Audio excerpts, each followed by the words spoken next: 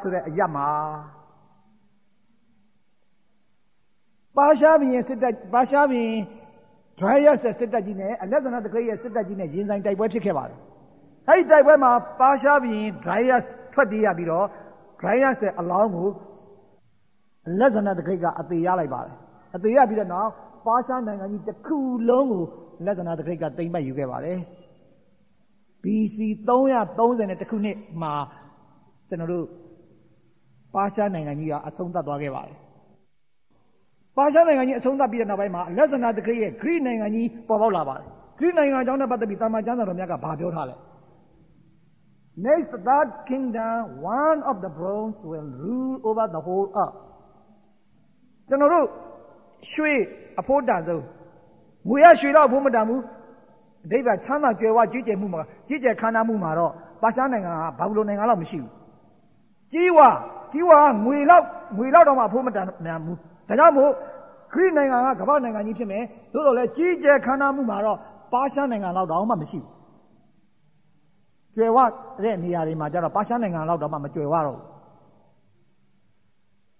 ဒါတော့မကသေးဘူးအလက်ဇန္ဒာတဂရိရဲ့နိုင်ငံကကြီးဝါနိုင်ငံလို့ကမ္ဘာသမိုင်းကလည်းမှတ်တမ်းတင်ထားတယ်ဘာကြောင့်လဲအလက်ဇန္ဒာတဂရိရဲ့စစ်သားတွေကစစ်သုံးပစ္စည်းတွေအကုန်လုံးဆိုဖိဖိတောက်နေအောင်ကြီးဝါတွေကိုအသုံးပြုတာတွေ့ရပါတယ်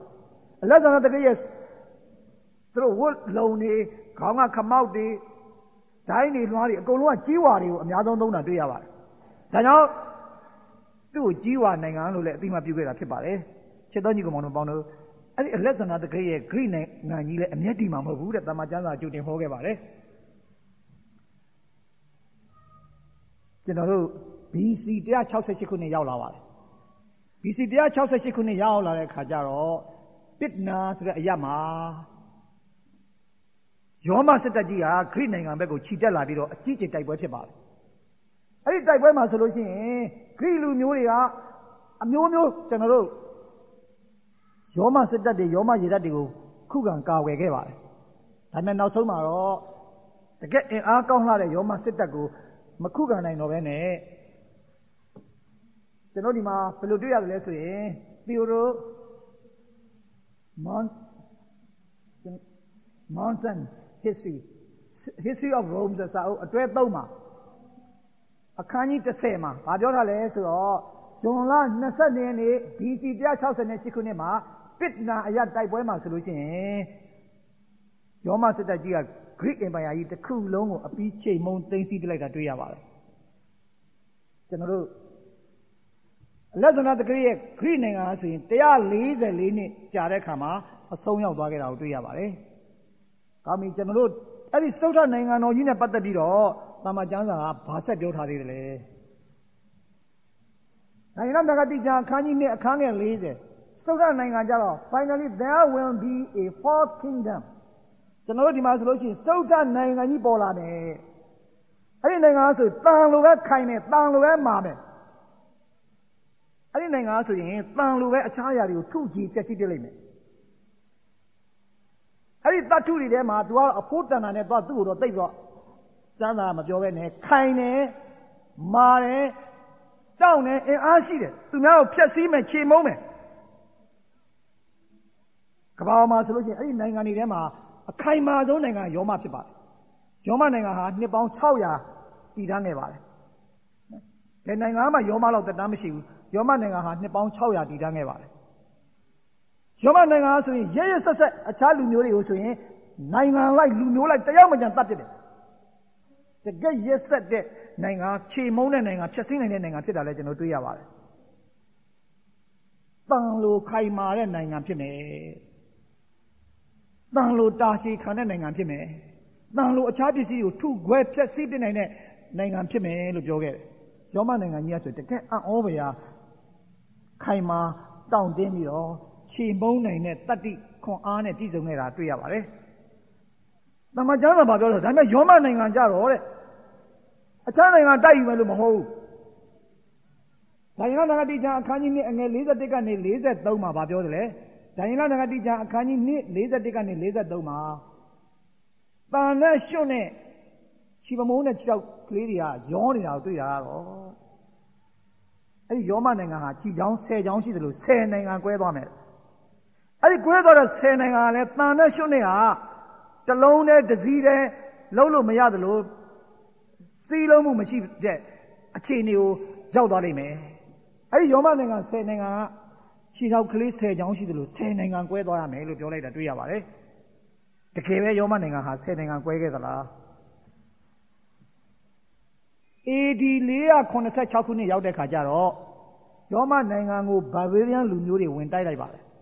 ဝင်တိုက်တဲ့ခါကျတော့ AD 486ခုနှစ်မှာယောမနိုင်ငံဟာခြေထောက်10ချောင်းရှိတယ်လို့တိတိကျကျ10နိုင်ငံကွဲသွားတာတွေ့ရပါတယ်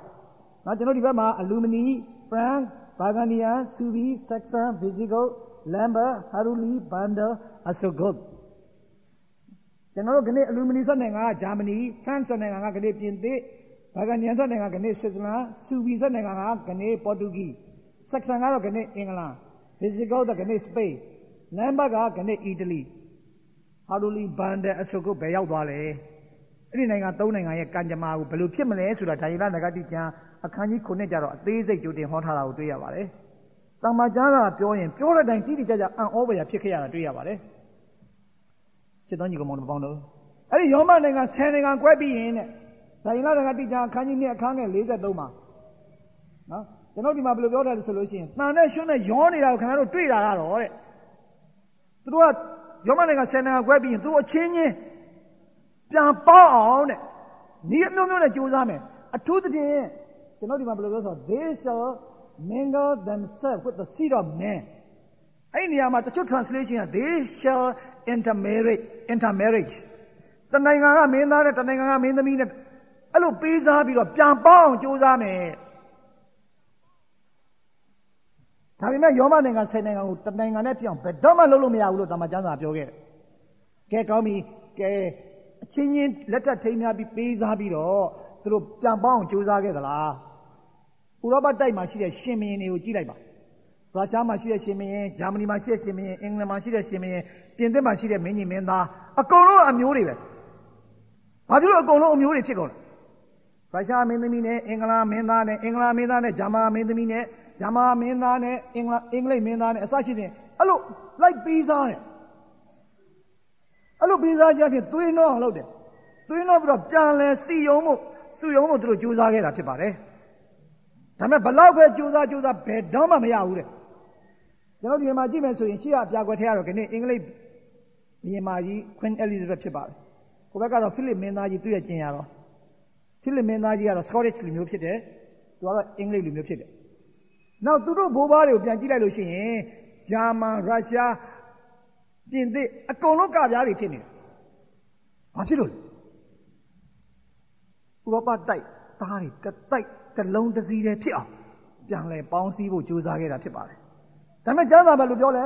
ဘလောက်ပဲကြိုးစားဥရောပတိုက်10နိုင်ငံကတလုံးတဝါတဲ့တလုံးတစည်းတည်းဘယ်တော့မှမဖြစ်နိုင်တော့ဘူး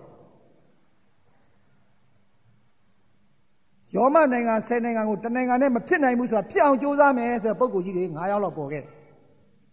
နံပါတ်1 AD 800မှာပြင်သစ်နိုင်ငံရဲ့ရှာလမိန်ဘုရင်ကြီးဖြစ်ပါတယ်ယောမ10နိုင်ငံကိုတနိုင်ငံနဲ့ပြောင်းငါပြန်တိုက်ပြမယ်စီးလုံးရမယ်ငါလက်အောက်ကစုယုံစေရမယ်လို့ပြောတယ်သူပထမဦးဆုံးစီဝါရေးစုဆောင်တယ်ဒုတိယလက်နဲ့စုဆောင်တယ်တတိယစစ်သားစုဆောင်တယ်စီဝါရေးအင်အားလက်နဲ့အင်အားစစ်သားအင်အားတောင်းတင်းလာတဲ့ခါမှာဥရောပတိုက်ဒိုင်လုံးကိုလှည့်တိုက်တယ်သူအောင်မြင်ကနီးပဲဒါပေမဲ့သူမအောင်မြင်ခင်ကလေးမှာသူသေသွားတယ်သူလည်းသေရောသူတိုက်စီးရုံးခဲ့တဲ့နိုင်ငံကြီးကဝါးစီးပြေတယ်လို့ပြေသွားတာတွေ့ရပါတယ်ပြိုကွဲသွားတာတွေ့ရပါတယ်ချစ်တော်ညီကိုမောင်နှမပေါင်းတို့ရှာလမိန်ကဘုရားသခင်မဖြစ်နိုင်ဘူးဆိုတော့ငါဖြစ်အောင်လုပ်ပြမယ်ဆိုပြီးကြိုးစားလုပ်ခဲ့တယ်ဒီနေ့ကမ္ဘာသမိုင်းကရှာလမိန်လုပ်လို့မရဘူးဆိုတာကိုမှတ်တမ်းတင်ထားတာတွေ့ရပါတယ်ကဲဒီဘက်ကပုဂ္ဂိုလ်ကတော့ရှေ့မှာမတ်တရတဲ့ပုဂ္ဂိုလ်ကပြင်သစ်ဘုရင်နော်ပြင်သစ်ဗိုလ်ချုပ်ကြီးလည်းခေါ်တယ်နပိုလီယံဘောနပတ်ဖြစ်ပါတယ်နပိုလီယံကအင်္ဂလိပ်ရေလက်ကြားမှာသင်္ဘောနဲ့ဖြတ်ရင်းနဲ့အင်္ဂလန်ကိုလှမ်းကြည့်အင်္ဂလန်မင်းဟိုသာငါရရင်ကမ္ဘာတစ်ခုလုံးငါရမယ်ဒါပေမဲ့အဲ့ဒီဇီးရွက်လောက်ရှိတဲ့အင်္ဂလန်လေးကိုသူတစ်ခါမှမနိုင်ခဲ့ဘူး နပိုလီယံကဘာပြောလဲပြင်သစ် dictionary ထဲမှာမဖြစ်နိုင်ဘူးဆိုတဲ့စကားတွေအကုန်ဖြတ်ပြရမယ်ဘာမဆိုဖြစ်နိုင်တယ်ငါလောက်ပြမယ်လို့သူပြောခဲ့တယ်တမ္မာကျမ်းစာထဲမှာရောမနိုင်ငံ10နိုင်ငံကိုတနိုင်ငံနဲ့ပြန်ပေါင်းလို့မရဘူးလို့ပြောတယ်ငါပြန်ပေါင်းပြမယ်သူအကြီးကျယ်လိုက်တိုက်တယ်လိုက်တိုက်အားလုံးနိုင်မလို့ပဲဇီးရွက်လောက်ရှိတဲ့အင်္ဂလန်လေးကိုတခါမှမနိုင်ဘူးနောက်ဆုံးမှာတော့ရုရှားကိုတိုက်ပြီးတော့သူတို့ပဲပြောမှဆိုဝါတာလူးစစ်ပွဲမှာစစ်ရှုံးပြီးတော့စိန်ဟဲလိနာကျွန်းမှာအကျဉ်းသားဘဝနဲ့အသက်55နှစ်မှာတည်ဆုံးသွားခဲ့ရပါတယ်ဘုရားသခင်ကမဖြစ်နိုင်ဘူးလို့ပြောတဲ့အရာကိုနပိုလီယံကငါဖြစ်အောင်လုပ်ပြမယ်ဆိုပြီးလုပ်ခဲ့ပါတယ်ဒီနေ့ကမ္ဘာသမိုင်းကနပိုလီယံလည်းမအောင်မြင်ခဲ့ဘူးမဖြစ်နိုင်ဘူးဆိုတာကိုနပိုလီယံလည်းလုပ်လို့မရခဲ့ဘူးဆိုတာမှတ်တမ်းတင်ထားခဲ့ပါပြီကမ္ဘာသမိုင်းကိုပြန်ကြည့်လိုက်လို့ရှိရင်ပုဂ္ဂိုလ်ကြီး9ယောက်ပေါ်ပေါက်ခဲ့ပါတယ်ပထမဦးဆုံးပုဂ္ဂိုလ်ကတော့ကျွန်တော်တို့ဒီမှာနပိုလီယံ Louis XIV ပြင်စမမြောက်ချားဘီရင်ကျွန်တော်တို့ကိုက်ဇာဝီလျံပထမဂျာမန်နောက်ဒုတိယလူကတော့ကျွန်တော်တို့ပြင်သစ်နပိုလီယံကတော့ Louis XIV နဲ့ Louis XIV နောက် Charles V နောက်ဆုံးကတော့ Hitler ဥရောပတိုက်တိုင်လုံးက9လက်အောက်ရောက်ရမှာတို့ဂျာမန်လူမျိုးကြီးရဲ့လက်အောက်ကိုဥရောပတိုက်တိုင်လုံးရောက်စေရမယ်ဆိုပြီးသူဒုတိယကမ္ဘာစစ်ကြီးကိုသူ့အားဖြင့်ဖြစ်ခဲ့တာဖြစ်ပါတယ်ဒုတိယကမ္ဘာစစ်ကြီးလည်းပြီးရောသူလည်းအလောင်းရှာမရတဲ့ဘဝကိုရောက်သွားခဲ့ရပါတယ်ကမ္ဘာမှာဘုရားသခင်ကမဖြစ်နိုင်ဘူးဆိုတဲ့အရာကိုဘယ်သူတွေဘယ်လိုလုပ်လို့ဘယ်တော့မှမဖြစ်နိုင်ဘူးလို့သမိုင်းကမှတ်တမ်းတင်ထားခဲ့ပါပြီစစ်တော်ကြီးကမောင်တို့ပေါင်းတို့ဒါရနဂတိကျအခန်းကြီး1အခန်းငယ်43မှာတန်နဲ့ရှုံးနဲ့ကတစ်လုံးနဲ့တစ်ခဲတည်းလုံးလို့မရသလိုရောမနိုင်ငံ10နိုင်ငံကွဲတာကိုတစ်လုံးနဲ့တစ်ခဲတည်းဖြစ်လာအောင်တော့မှလုံးလို့မရဘူး။နော်ဒါကျွန်တော်ရောမနိုင်ငံ10နိုင်ငံကဒီနေ့ဥရောပတိုက်ဖြစ်နေတာတွေ့ရပါတယ်။နော်ဒီနေ့ဥရောပတိုက်ရဲ့မြေပုံမှာအင်္ဂလန်ကတော့ကျွန်တော်တို့အင်္ဂလိုဆက်ဆန်ဒီဘက်ကပြင်သစ်ကတော့ France ကျွန်တော်ဂျာမနီကတော့အလူမနီအော်ဆိုဂုတ်လမ်ဘတ်ဟာရူလီနော်ဒါကနေ့ဥရောပတိုက်ရဲ့နိုင်ငံတွေဖြစ်ပါတယ်အဲ့ဒီနိုင်ငံတွေကိုတနိုင်ငံနဲ့တစ်လုံးတစ်ဝါတည်းဖြစ်လို့ဖြစ်အောင်ဘယ်တော့မှလုပ်လို့မရတော့ဘူးလို့တမန်ကျမ်းစာပြောထားပါတယ်အခုကျွန်တော်တို့အသက်ရှင်နေတဲ့အချိန်ကဆိုရင်ဘယ်ချိန်ရောက်နေပြီလဲစစ်တော်ကြီးကမောင်ပေါင်းတို့ခြိပြားရောက်နေခေါင်းကနေစလာတာခြိပြားရောက်နေပြီဒိုင်နာနဂတိကျမ်းအခန်းကြီးဒိုင်နာနဂတိကျမ်းအခန်းကြီး1ဒိုင်နာနဂတိကျမ်းအခန်းကြီး1အခန်းငယ်44မှာအဲ့ဒီရှင်မြင်းတွေရဲ့လက်ထက်မှာတဲ့အဲ့ဒီရှင်မြင်းတွေဆိုဘယ်ရှင်မြင်းတွေပြောချင်တာလဲဥရောပ10နိုင်ငံကိုပြန်ပေါင်းစည်းဘယ်လုံးမှပေါင်းစည်းလို့မရဘူးတလုံးတစ်ဝါလည်းဖြစ်အောင်ကြိုးစားလုပ်လို့မရဘူးအဲ့ဒီအချိန်မှာ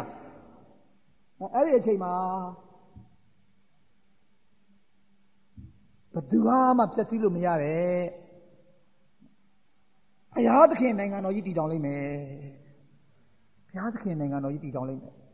ချစ်တော်ညီကောင်တို့ပေါင်းတို့အခုတခါတတိယကမ္ဘာစစ်ဖြစ်ပြီးကမ္ဘာအဆုံးရောက်လာရင်ပေါ်ပေါက်လာမဲ့နိုင်ငံကအင်္ဂလန်မဟုတ်ဘူးအမေရိကန်မဟုတ်ဘူးဂျာမန်မဟုတ်ဘူးလူသားတွေရဲ့နိုင်ငံဟာအဆုံးဖြစ်သွားပြီးတော့ဘုရားသခင်ရဲ့ဘယ်တော့မှမပျက်စီးနိုင်တဲ့နိုင်ငံတော်တည်ထောင်လိမ့်မယ်။ကောင်းပြီဆက်ပြီးတော့ကြည့်ကြအောင်။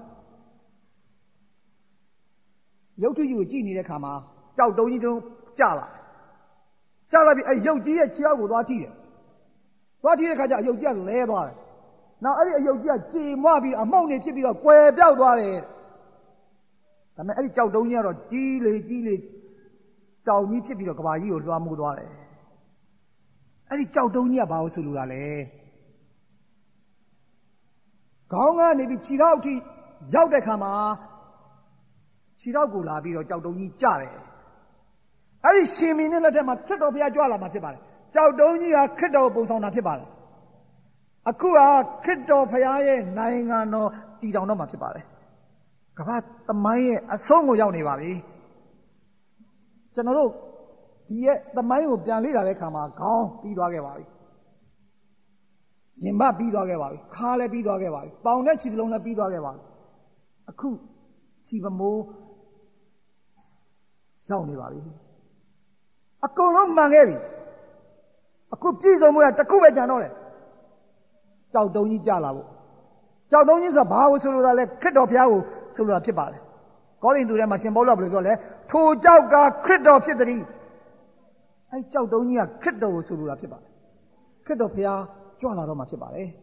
ခရစ်တော်ဘုရားကြွလာရင်လူသားတွေရဲ့နိုင်ငံတွေအကုန်အဆုံးသတ်ပြီးတော့ခရစ်တော်ဘုရားရဲ့နိုင်ငံတော်တည်ထောင်တော့မှာဖြစ်ပါတယ်ချစ်တော်ညီကောင်မောင်တို့ပေါင်းတို့အဲ့ဒီချိန်ကမှအဲ့ဒီအဓိပ္ပာယ်ကိုပြောလိုက်တဲ့ခါမှာဒိုင်လနဂတိကျမ်းအခန်းကြီး1အခန်းငယ်40မှာရှင်မြင်းကဘာပြောလဲဆိုလို့ရှိရင်ဒိုင်လပရောဖက်ကိုချက်ချင်းပဲဘယ်လိုဝန်ခံခဲ့တယ်လဲဆိုလို့ရှိရင်မင်းဖယားမှာတကက်ဖယားတကာတို့ရဲ့ဖယားဘယင်တကာတို့ရဲ့ဘယင်ဖြစ်တဲ့ဖယားပဲလို့သက်သေခံခဲ့ပါတယ်ဖယားတကာတို့ရဲ့ဖယားဘယင်တကာတို့ရဲ့ဘယင်ဖြစ်တဲ့သခင်ယေရှုခရစ်ကြောက်တုံးပြီးတော့သခင်ယေရှုခရစ်မကြာမီပြန်ကြွလာပါတော့မယ်လူသားတွေရဲ့နိုင်ငံအဆုံးသတ်ပါတော့မယ်အခုတခါတည်တော်မဲ့နိုင်ငံကတော့လူသားတွေရဲ့နိုင်ငံမဟုတ်ဘူးဖယားရဲ့နိုင်ငံပဲဖြစ်ပါတယ်တော်ကြီးကမောင်ပေါင်းတို့ဒိုင်လာပရောဖက်ကြပါပြောလဲအိမ်မက်လဲ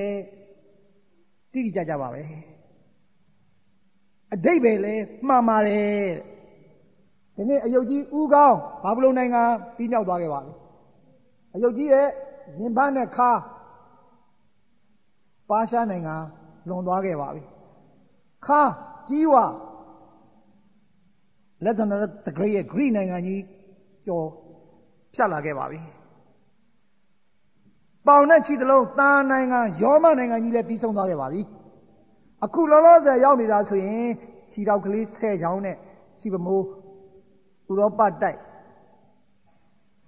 ပေါင်းစည်းလို့မရတဲ့အခြေအနေမှာအခုရောက်ရှိနေပါပြီဒီအယုတ်ကြီးရဲ့သမိုင်းကိုပြန်ကြည့်တဲ့အခါကျတော့ကမ္ဘာသမိုင်းဟာအဆုံးကိုရောက်နေပါပြီ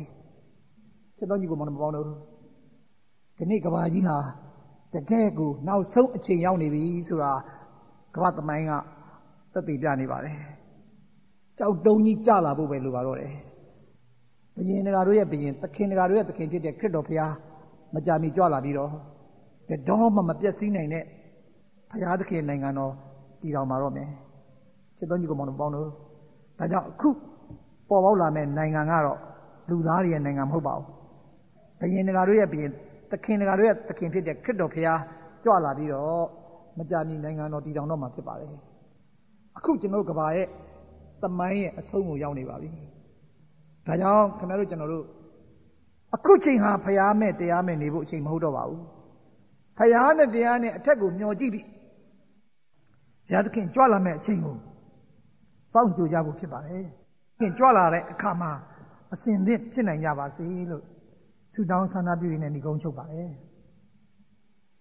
ကျွန်တော်ခဏလေးဆုတောင်းကြပါစို့ဟာဝရအသက်ရှင်တော်မူသောကောင်းကင်ဘုရားရှင်ဖဖျားခဏကိုရောရှင်ရဲ့အနာဂတ်စကားများကိုလေ့လာခြင်းဖြင့်ကမ္ဘာသမိုင်းရဲ့အဆုံးကိုရောက်နေပြီဆိုတော့ကျွန်တော်တို့သိရှိရပါတယ်။အိုးဖဖျားကိုရောရှင်ကျွန်တော်တို့တယောက်စီကိုတန်ရှင်သောဝိညာဉ်တော်အားဖြင့်ပဲ့ပြန်တုံ့တင်တော်မူပါ။လောကထဲ၌ကျွန်တော်တို့ဒီခိတ္တခဏအသက်ရှင်စဉ်နဲ့ဖျားမဲ့တရားမဲ့အသက်မရှင်မဲ့ဖျားတရားနဲ့မိမိကိုယ်ကိုအသင့်ပြင်ဆင်လျက်စောင့်ကြိုနေကြသောသားသမီးများဖြစ်စေတော်မူပါ။ကိုရောရှင်ကြွလာသောခါ၌ဒီနေ့ညတရားနာနေကြတဲ့ဓမ္မမိတ်ဆွေများတရားမှပျက်စီးခြင်းတို့မရောက်ဘဲထာဝရအသက်ကိုရရှိနိုင်ဖို့ရမဆတော်မူပါခရစ်တော်၏နာမတော်အမိပြု၍ယုံကြည်လေးများစွာဖြင့်ဆုတောင်းသနာတော်မြတ်ခံဝတ်ပါသည်ဖာအာမင်